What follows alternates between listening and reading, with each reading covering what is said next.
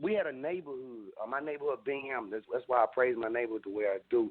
My mother and my father from my neighborhood, so with no getting away from anything I did. I could be found. But anyway, as I grew up in the hood, we had this neighborhood love. And one day we was outside of Juicy J's place, the 380 Bill, that we used to. I don't know what they call it now. And we was like, I think 100 deep, and we were demanding to get in the club for a certain price. And my cousin kind of pushed me in the back, like hard as hell, like rap. And I was like, I just rapped. And that's what happened. The whole Bill Street took to it. Because I was one of those dudes that could beat on the table and rap and change the beat. So I was doing that on the glass, and it kind of fucked people up. And it threw him off. It threw Juice off because he really didn't want to deal with my cousin and my home. They were some real assholes. I mean, the assholes, genuine. I mean, they love to be. I tell you, they're assholes. So, that's actually how I got in. And once he heard me, he was like, what the hell you doing standing out there with them? And then he put me in, and the rest is history. Yeah. Yeah, what was, we've had Paul on the show several times. We had Lord Infamous, rest in peace, on the show several times before he passed. What was Paul and Lord Infamous like, and when did you meet them? Me and Lord Infamous, we had a drug thing. We had a drug. We understood drugs, so we understood each other. You know what I'm saying? Now Paul was a different entity. Me and Paul, I don't think, in my opinion, I don't think Paul really never liked me. Me and Fly had this song, Riding in the Chevy. And at the time, I had just met Juicy. But, right, Fly was on the song. And Fly was actually one of Paul's artists. In some kind of way, it became some feelings because he was actually on one of Juicy CDs with one of Paul's artists. And that kind of didn't, I don't know how that played out in Paul's head. You know what I mean? So, we didn't really never attach to each other too much. You know what I'm saying? And Project Pat, you got any early memories of Juicy and Project Pat? Well, what were they like? I used to go see Pat with Juicy.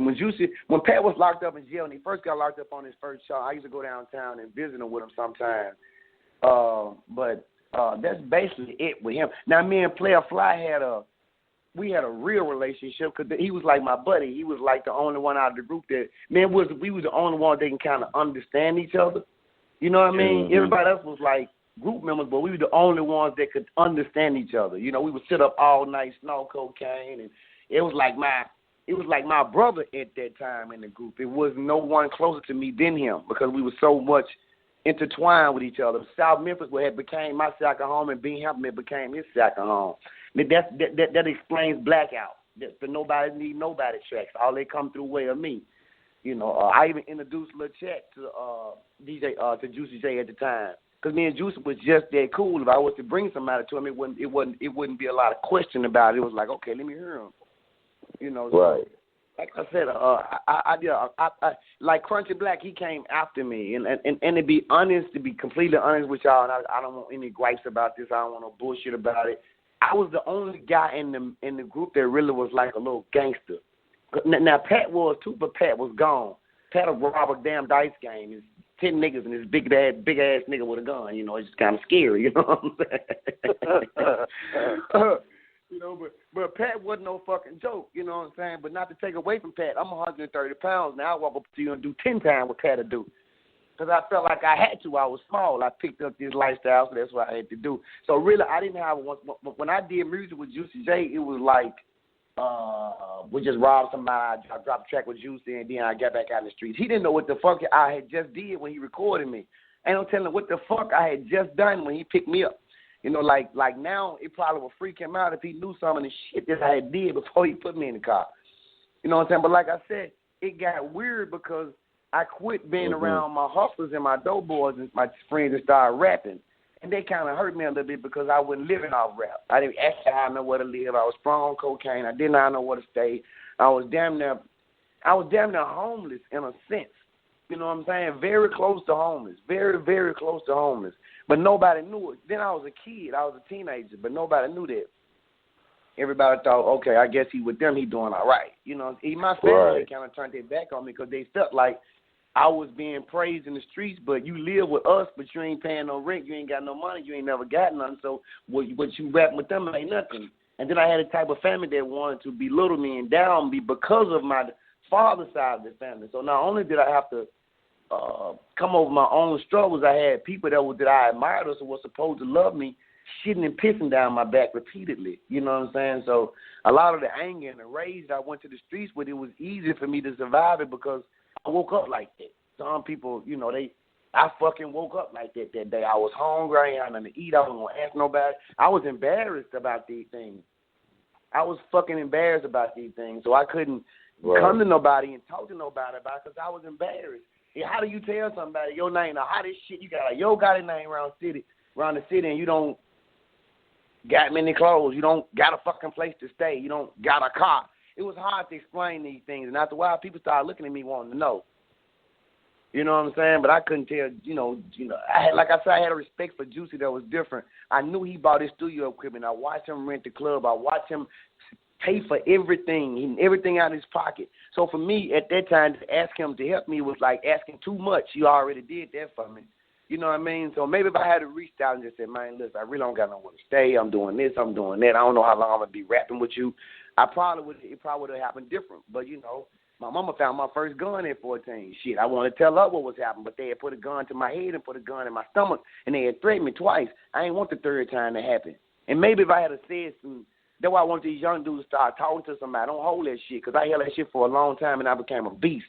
And I'm proud of the person I am. I'm not taking away from that. I'm very proud of the person I am, but it's certain things that if I had reached out for some help, especially with a guy like him, I probably could have implemented certain things, and it wouldn't have been so hard for me. You know what I'm saying? But that's how I ended up getting off track with the music.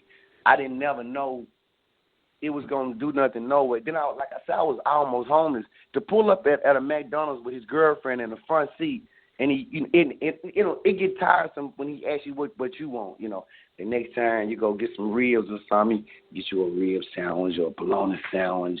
After a while, with you sitting there and he order her some food and order you some food, you kind of, I'm going to be honest with you. I felt like the little fucking bitch. So I fucking got a fucking gun and said, you know what, no more bitch shit for me. If a nigga got it, I'm taking it. So, that was just my mindset. And my neighborhood didn't breed dope boys. It breed goons and robbers. So it's just like if you come from a GD neighborhood in Chicago, that's what the fuck you going to be. You come from a Vice or a Pyru neighborhood, that's what you going to be. So, that's what I ended up being. Just around a lot of robbers. Right. Can't walk home from school in a Latin King neighborhood if you're folk. Right. Vice versa. You couldn't do that. You know what I'm saying? Yeah.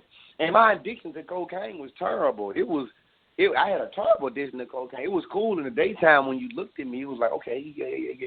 But at night, like when I needed somewhere to go, it gets different. All your friends are in the house. You standing outside. It's cold. It's like, whoa. Yeah. You know what I'm saying? You by yourself in the beach. Right, you out there on that blade, and what you don't know, that beast you becoming, people can see it, but you can't until you get away from it. I had to get locked up and look back at what I had became. I couldn't look at it when I was, like, right on top of it. You know what I'm saying?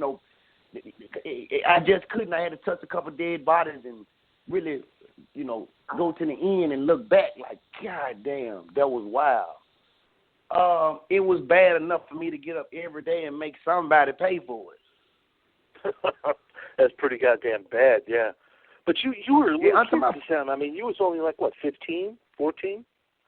But with that kind of anger and rage in you, if you ever wonder why somebody shoots somebody 10 times, it's not that person man's call. It's like overkill. It was rage. I had so much hidden rage in me from family issues, broken homes, and it's like, I went to school in Memphis State and did gymnastics. I had the first Apple IIe computer in my hood.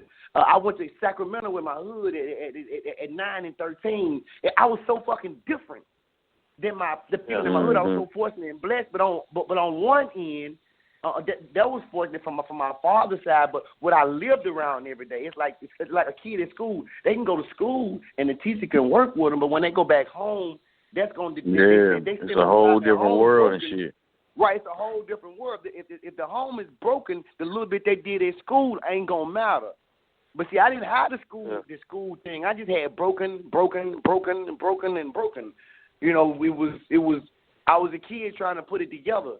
Like, why? My daddy was drunk. My daddy was a junkie. He fucked with the cocaine smoke. He smoked the crack off and on. I just was like, all my uncles smoked crack. All my cousins sold dope. My uncle sold heroin in New York. Rest in peace, my Uncle Crow. And Gotti, auntie used to go up there and sit with him. These real kingpins and shit. You know what I'm saying? So I was expected to do a lot on the street side, but I was never expected to do nothing on the music side. That's scary. You know what I'm saying? When your family expect big things from you on the street side where you just might die, but they have no chance for you on the positive side. Well, I'll tell you what, man, I'm super glad you're here because, you know, when you live that life at that young of an age,